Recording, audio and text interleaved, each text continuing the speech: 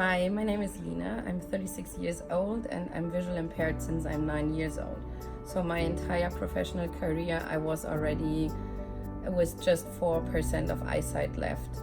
I'm working here by Stadtwerke Dusseldorf since March 2017, and my job tasks are taking care of my entire startup community, so coaching them, giving consultancy to them, as well as managing the co-working space, which I developed already as a business developer, as a business model, so I'm a classical entrepreneur.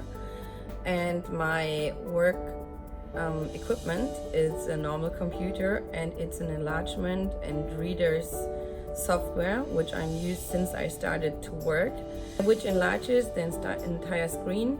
So PowerPoint presentations for me is the worst.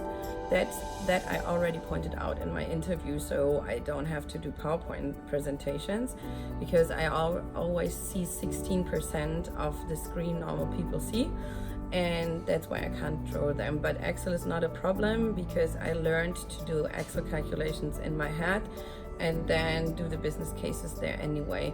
When I interact with people, with my community, I be open up front that I can't see them and that I work with them through words. So I always tell them that I can't react to mimics.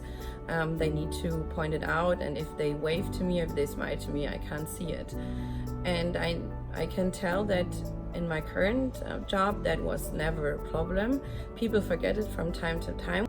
For first jobs, I never wrote in my application letter that I have the handicap, which led to an awkward situation when I was invited for the first interview and needed to find the right point when to stretch it or when to point it out. We went through the interview for 45 minutes, and after that I could include the fact that I am visually impaired.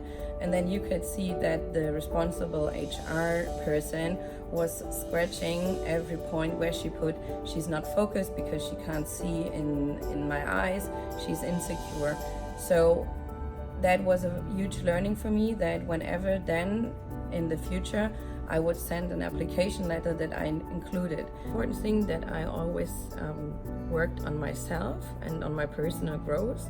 So every time that I work together with new people independently, if it's a new job or if it's a new colleague or if it's a new member in my co-working space, I tell them exactly what I need so we can work together in a professional way.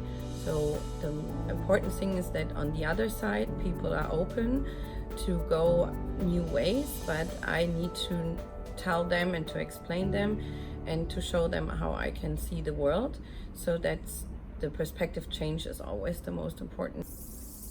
Ich arbeite jetzt seit über einem Jahr mit Lina zusammen und wollte ihr am Anfang ihres Einstiegs hier bei den Stadtwerken helfen und hatte ihr eine E-Mail geschrieben in ganz großer Schriftart. Und von Lina kam witzigerweise nur zurück: Nathalie, warum schreibst du mir so eine komische Mail? Dabei wollte ich eigentlich nur den Einstieg erleichtern, aber sie hat natürlich schon das ganze Equipment, was sie braucht in ihrer täglichen Arbeit. Ja, und ansonsten ist Linas Einschränkung gar kein Lärm, auch nicht in der Zusammenarbeit zwischen uns beiden. Einzige Mal, wo es noch auffällt, ist auf dem Weg zur Kantine, wenn ich Lina dann vorlese, was es zu essen gibt. And what is actually the first time, so my current job is the fourth job I have in my life.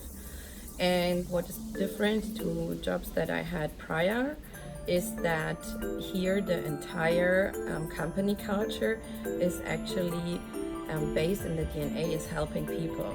So it doesn't matter if I was talking to my colleague from the press department or if I talk to people from finance or other things, they are all willing to help, and if I can explain them what I need, they are all helping. So I saw the first time that the most important thing for inclusion is not just the technical equipment, it's more the mindset of the company culture.